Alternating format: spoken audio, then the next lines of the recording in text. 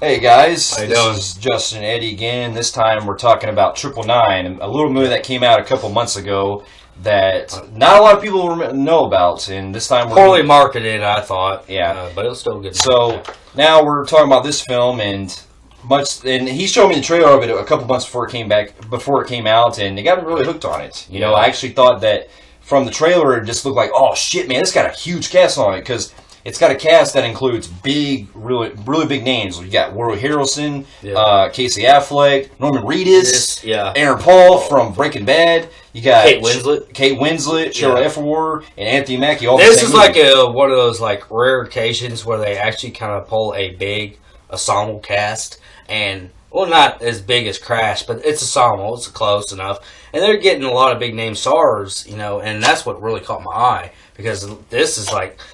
The thing about this movie, and I like to mention because this is what makes me think, this is a movie that actually takes main stars out of big TV shows. Aaron Paul, Breaking Bad. Norman Reedus, Walking Dead. I believe we had somebody from The Wire in the show. Oh yeah, it was the transgender dude. Didn't we have a True Detective? Yeah, Woody Harrelson, yeah, that's right. So it's like we took all these great TV show actors and then made them a reunion. Yeah. So it was like the best of the best shows. Yeah. Yeah, and that's what I really caught. And I was like, you know what, that seems pretty cool. I caught that. A lot of people don't catch that, and I did. And I was like, hey, you know what, I want to check this out. But the movie, the trailer, unfortunately, was very unmarketed. And I don't recall seeing it in big theoretical movies, but maybe like one movie I went and seen in theaters.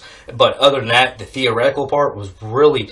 Like, they didn't market it very good in theaters. No. It was a Facebook marketing. It was. Yeah. It was something I seen where he showed me. I'm like, oh, shit, man. You got both Jesse and Daryl in the same movie together. I'm like, damn, I'm looking forward to this movie. But anyway, so the story goes where you got Norman Reedus, Aaron Paul, Cheryl Efferwar, Anthony Mackie, and those four, and another guy we forgot to mention, Clifton Collins, all working together, and they're working on this big heist. Yes. So they're working for the mob in order to do this big heist, and that goes down. Yep. And I'm not trying to spoil anything, but as it goes on, you realize that two of the people that are involved are cops, and they're actually working undercover. Basically, two of them are cops, and they're not really working undercover per se. I'm sorry. They're dirty cops. They're dirty cops. And the other ones are actual criminals. You know, it's all about the money. You remember Training Day? They did that. Cops, but they cared about the money more. Yeah. They did illegal shit. They broke the law. Or I'd say it's more akin to like Street Kings, where you had dirty cops. No, I'm just saying, like, as far as like, yeah, it's dirty. It's like cops. Street Kings did that. Where, you know, anyways, you get the point. Well, anyways, yeah. But anyway, as it goes down, they're doing this heist. It's a really big, plot-out heist. You know, they're stealing from this bank, and they're using that weird red stuff that they use to, I guess, kind of mark. No, basically what it is the bank. If you rob banks, they have a thing where they actually, so they can know where the robbers are. Now you can't spend the money because it's got red dye. It's reported in the news to watch out for the red that's dye. What it is? That's what that is. So that went off. Well, anyways, that's just like unimportant thing. But anyways, they get the money, they get away and all that stuff, and they report to the mob, and the mob is run by Kate Winslet's character, who's Russian. Which is really shocking because you don't get the thing when they marketed this. They didn't go in so much detail, which I loved about the trailer. We didn't know. I didn't know Kate Winslet of all people was going to be the main villain. Yeah, I was like, whoa! I didn't see that coming. Well, I mean, I did see that part where, because it's in the trailer where she's throwing the teeth at the dead bodies in the trunk. Yeah, I was kind of like, okay, she must be something like some kind of underground criminal activity or something. Well, anyways, they're working under her, and basically the thing is with her. She fucks them. She fucks this group of people and tells them, you're going to do one more heist for me. A lot of them are kind of like, no, we're not. That wasn't part of the fucking deal. And then they're like, yeah, you're going to. And they kind of rebel and say, no, we're not. Well, they go and do their thing, and that's when some of them start turning out dead. And they're like, oh, fuck. And then they realize that their families are turning up dead, and they go, okay, we have to do this. Yeah. Or they're going to kill us all. They have no choice. Yeah. And so this also leads to, because what the movie is, it's built on their storyline, but I like how it's an ensemble piece. So you're also dealing with the other side, which is Casey Affleck and Woody Harrelson's perspectives, where Casey Affleck is a new recruit working under going undercover and everything. And then they realized they got out of control, and they hired Woody Harrelson, which is basically like the big head honcho of FBI. And he's Woody Harrelson's, he's Casey Affleck's uncle. Yeah, he ends up being his uncle. Yep. And anyways, well, as the movie gets along, people start turning up dead. They have to do this second job, so they got to plan on the second job. Not trying to spoil this movie very too much in this review, but other than that, the acting, the actors chosen for this role was really perfect. Really perfect. Yeah. This movie was like seeing the Town and Street Kings. Makes a little bit with True Detective. Yeah, the Town. Which you saw. All right.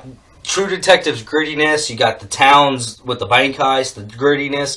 This movie's like a mix of that and Street Kings with the whole dirty cops. Now, the thing we want to bring up on is, like you were saying, a ensemble piece. Yeah. We're focusing on other things. So we're focusing on Kate Winslet, which she actually plays very well as a Russian Jew. She even has the accent and everything going down. The thing is, meantime, Casey Affleck is being followed to think it's a Mexican gang. Yeah. So he's after that Mexican gang throughout the film. Yeah. And it's like this group is kind of weed them away, thinking, okay, let's frame the Mexicans. Yeah. And you get the whole movie of Casey Affleck going after this whole new group of people, these Mexican gang, and they're pretty fucking brutal. I mean, it is. There's heads being chopped off. You're seeing people getting There's one part, not to spoil anything, but there's a character who gets their fucking head with a plastic bag over his head and suffocated. Yeah, and then blood's coming out and orifices. Shit. Yeah. I mean, you're seeing all kinds of shit in this movie. I mean, it's brutal as fuck. It's brutal. I love the brutality.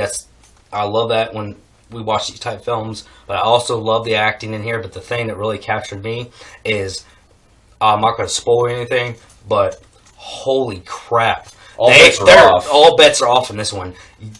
I'm not going to say who, but if you think that that's got Norman Reedus, or it's got Aaron Paul, it's got all these, there's people that's dying in the first 10 minutes. Yeah. So this is one of these movies that twist us, and they don't do that typical where they gotta be the main star, so this can be the main star might die. You don't know. I'm not gonna tell you. Might do, might don't. You know. This is kind of reminding me of a similar movie that came out a couple years ago, Sabotage. Mm-hmm. Sabotage was also a film that was popping dudes left and right throughout the film. The brutality might be equivalent to Sabotage, the brutality part. Yeah. So, the brutality in this film is, oh man, and I love the twists in this film. It is. This movie's twist. Pay attention to this film. Don't sit there texting your phone. Watch this film, because this movie, if you don't pay attention, there might be a twist that you didn't even go, oh god, you won't have the reaction you're like, huh, I'm lost. You can get lost if you don't pay attention. But what I also love, too, is that the film also gears into where you think it's going to end, it keeps going. And it's I love that. It's